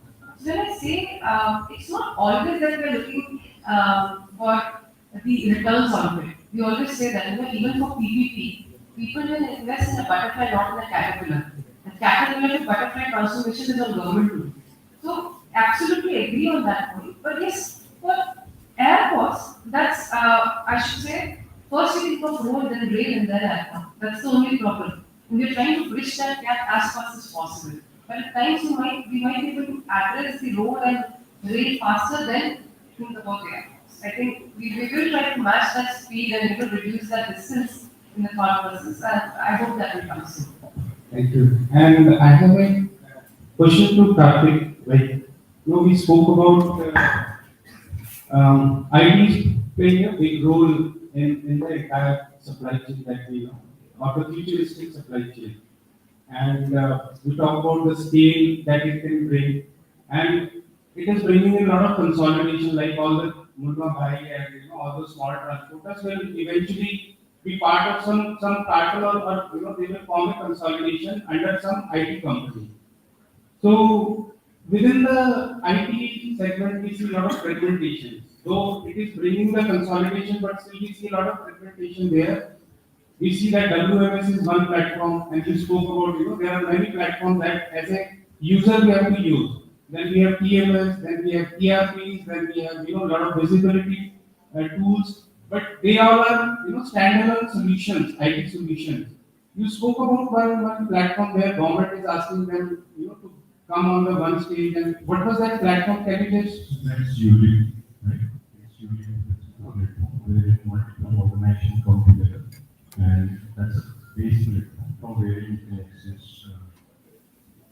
So the industry has to, Yeah, you need to register, but it's in the, I would say, nurturing phase. It will take time to take shape. But yeah, at least initiative as a facilitator, setting example is well in place. So that's something, I throw challenge to the industry, especially the people who are coming into the solution in IT, that how to bring all these platforms together and give the solution to As a product, Mr. Karthik has already answered. As a policy, Mr. Karthik has already answered. But as a product, what you can get, I will demonstrate in my presentation. I'm going to do that. Thank you so much. I think we are running out of time, and ma'am has a flight to catch. So we can take this conversation outside during the lunch hour, and we are all available here during the lunch, and we can take the questions there. Right. So I'll just try to sum up what we've been able to discuss in the last 1 hour or so. One is that there are 4 C's that I have some like consumer, collaboration, connectivity, and commitment. I think these are the 4 C's that are required from all the thoughts that we've shared. Government and private collaboration, similarly collaboration between the producers and the service providers. Consumer, which is becoming more affluent in these tier cities, and the commitment required as from the transporters, from the service providers, their commitment towards safety, trading perspective, and of course the connectivity of the network, which is through roadways, through multimodal transportation, even drones and helipads as we have learned today. I think I would like to also thank each one of you. It was a very, very insightful discussion, and thank you, please. Thank you.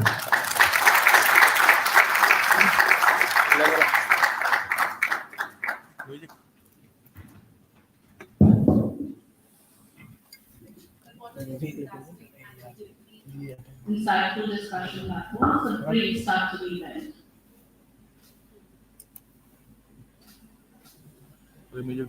Please stay back, everyone. I think people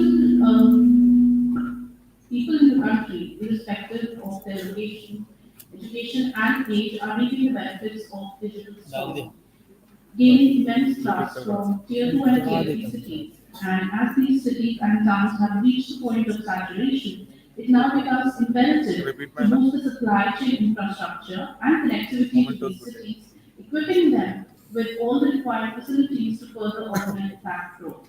In that sense, I am positive that regional and small players will play a big role along with technological integration. Ladies and gentlemen, it is now time that we felicitate our speakers to present the mementos. I'd like to invite Mr. Harshit Srivastava, CEO and co-founder Intergy, on the stage, please.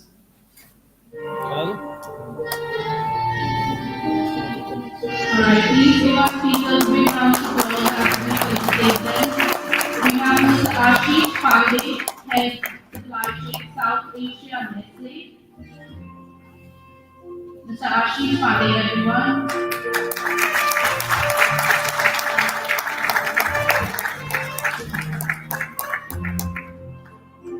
Mr. Karnesh Srivastava, Vice President Supply Chain and Technicals. Please give him a big round of applause.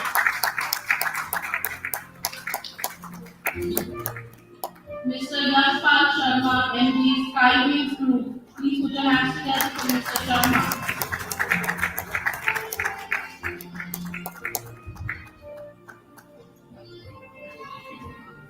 Star of the panel, Ms. Nimisha Joshi Garupada, Deputy Secretary Logistics, DPRS, Ministry of Commerce and Industry.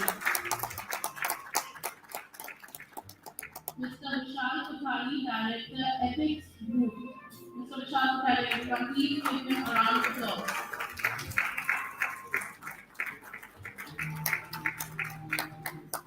Mr. Kartik Shah, Regional Manager, APAC Logistics, Sennheiser. Please give him a big round of applause.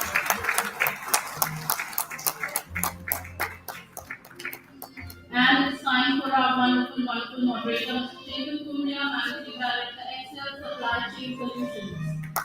Let's put our hands together for him.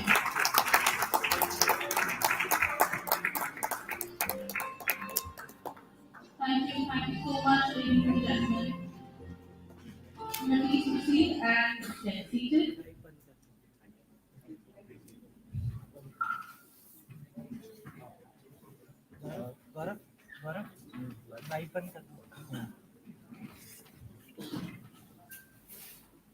हमारे अगले panel discussion में बात होगी technology और उसे अपनाने में आने वाली दिक्कतों के बारे में। वैसे तो ट्रेंड चाय पर चर्चा का है, पर मौसम का तकाजा ऐसा है कि पहले चाय हो फिर चर्चा हो और साथ में नेटवर्किंग भी हो जाए, तो वो तो सोने का सुहागा हो जाता है। So my dear audience, please help yourself to tea and snacks served just outside the ballroom. We meet here in another 15 minutes for some insightful presentations